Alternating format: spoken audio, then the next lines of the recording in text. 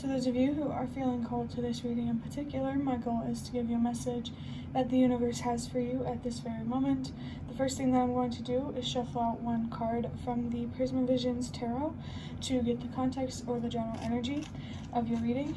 If you want to be a part of the community that I'm trying to create, subscribe with that notification bell, and if you're interested, you can also find me on TikTok. Whenever I do universe readings over here, I do ancestor readings over there, so if you're interested. I just saw 33. The link to that will be in the description. We have the Page of Pentacles right off the bat. I feel that the universe could be wanting, I just saw 55, to talk to you about trying new things and coping with the anxiety around doing things that you've never done before. I really do feel this very, very strong inner child type of energy where you can move forward through life with curiosity and hope and optimism, knowing that, you know, life can be pretty shitty at times. But also I feel called to say to try not to view the bad or challenging things in life as bad. Because then, like, it's like you kind of create this resentment type of relationship, if that makes sense with it. Just take that however it resonates. But the inner child energy here is very, very strong, and so is the sun. I do potentially feel something here about you making a lot of peace with your own past, with your own childhood, that helps you reconnect with your inner child in a way that doesn't limit you from opportunities or having more in life. I just saw 222, which is a message about your mental health and finding overall balance in your life. You're being called to release, to let go of, resentment, frustration. It's okay to feel these things. It's just that the universe does not want you to use the darker energies that you express. The universe doesn't want you to be destructive. But we are going to move on to the Magical Dogs Tarot. For some reason, I almost said The Nightmare Before Christmas, so that movie could be significant, that particular deck could be significant, but the first card we have, wow, is the Four of Swords. I believe the reading that I uploaded yesterday, this exact card, was in the exact same position. And this message is similar to that reading in that your focus right now should be on your inner world, on your feminine energy. I just saw 333. I'm trying to control your thoughts so you can ultimately have control over your feelings and your actions. Having more control over your feminine energy so you can have more control over your masculine energy. I just saw 345. Trust that everything happens in the way that it's meant to, exactly as it's meant to. I did see 333 as well. There's a lot of messages coming through. The 333, there's strong energy here about your purpose. The number 9 could be significant. There's some learning here to be done or had or whatever about yourself that will help you learn more about the world. Definitely expanding your consciousness and, expanding your pool of wisdom, if you will.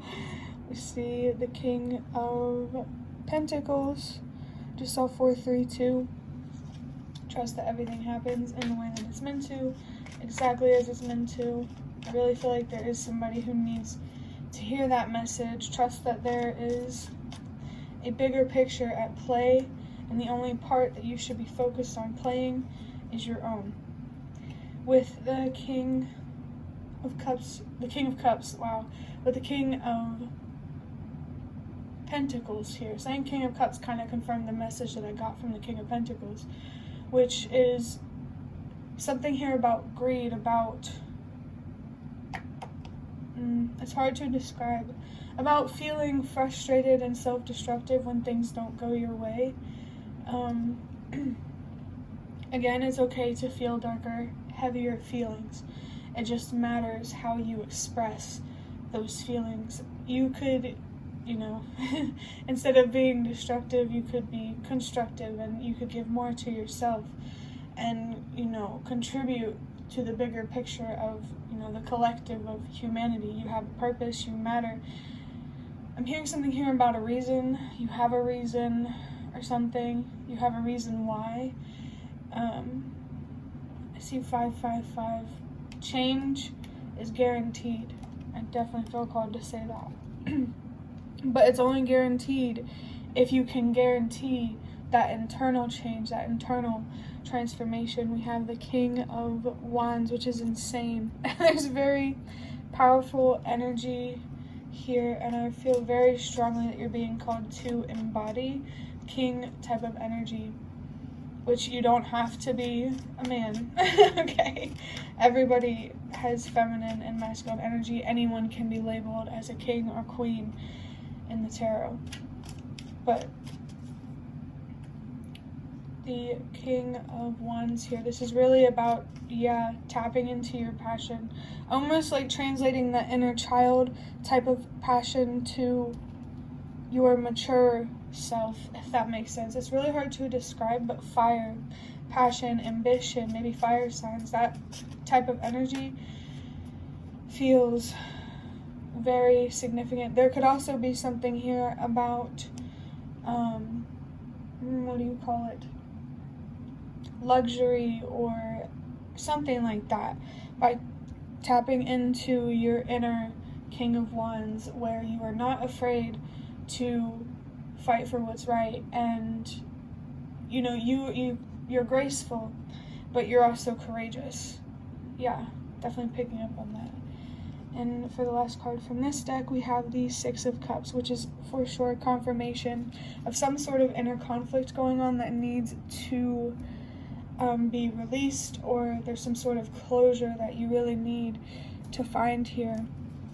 Six of Cups definitely gives me inner child type of energy, especially reconnecting with your inner child. This meditation, contemplation, it is so important, and I highly recommend that if this Four of Swords energy resonates, definitely upload or watch the video that I uploaded yesterday or the day before. I believe it was yesterday, but I'm not sure, and I didn't mean for that to rhyme.